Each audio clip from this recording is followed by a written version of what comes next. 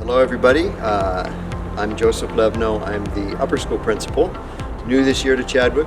Very happy to be here in South Korea and to be here outside social distancing and enjoying the weather that hopefully we will enjoy for a little while longer.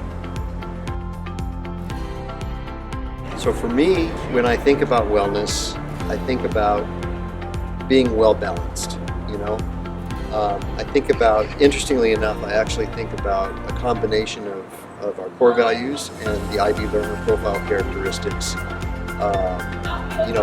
Both our core values in terms of especially compassion and being a well-balanced individual. When we think about what we advocate as a school in terms of helping our students develop not just the academics, but also themselves and learning how to balance the academics with what real life has and stress. And unfortunately, we've had a lot of stressful times lately. So wellness to me is being able to guide people and have that wellness where people can advocate for themselves, they can take care of themselves, actually focus, intentionally take time that they need to be able to center themselves and not just be stressed out by the day-to-day running of life that can really overrun you and become overwhelming.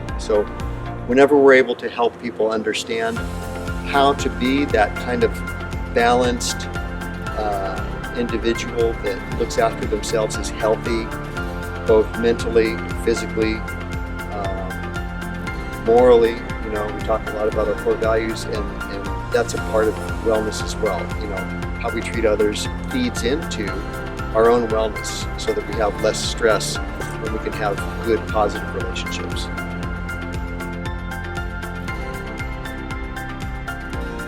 Especially for upper school students, wellness is important because this is a time, it's a really difficult time being an upper school student. We're talking about a time when bodies have changed, you're becoming an adult, you're getting a lot more responsibility in terms of life, in terms of academics, and you're also stressed out thinking about the future. So there are so many stressors involved when you think about family relationships, social relationships, relationships with teachers, where are you going to go to school, what's your future going to be, things that can easily stress you out. And you can understand why the youth of today have high rates of suicide, high rates of depression. It's because they're not doing a good job with wellness. And so it behooves us to actually really help our upper school students focus on taking time to step back, to see what the big picture is, and to understand it's not all about academics, it's not all about relationships, it's not all about the future. It is a combination of those, but in the now, we need to appreciate what we have and be centered on how we can move forward positively.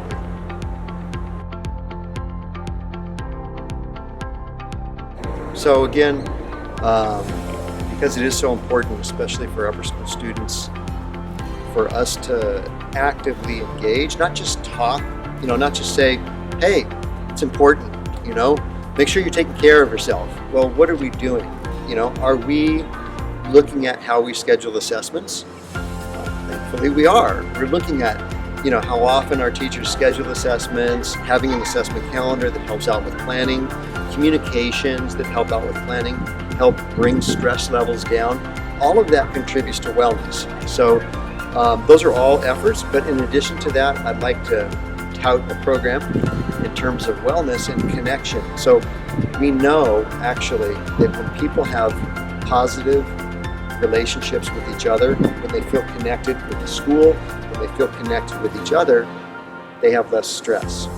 They have more wellness, if you will. And so things like Halloween activities that Student Council is planning coming up, things like house activities that we are getting off the ground for upper school are things that I think will ultimately also benefit our students in terms of wellness, because when you're happier, you're healthier, and you're able to even study better and do better. So it's all connected.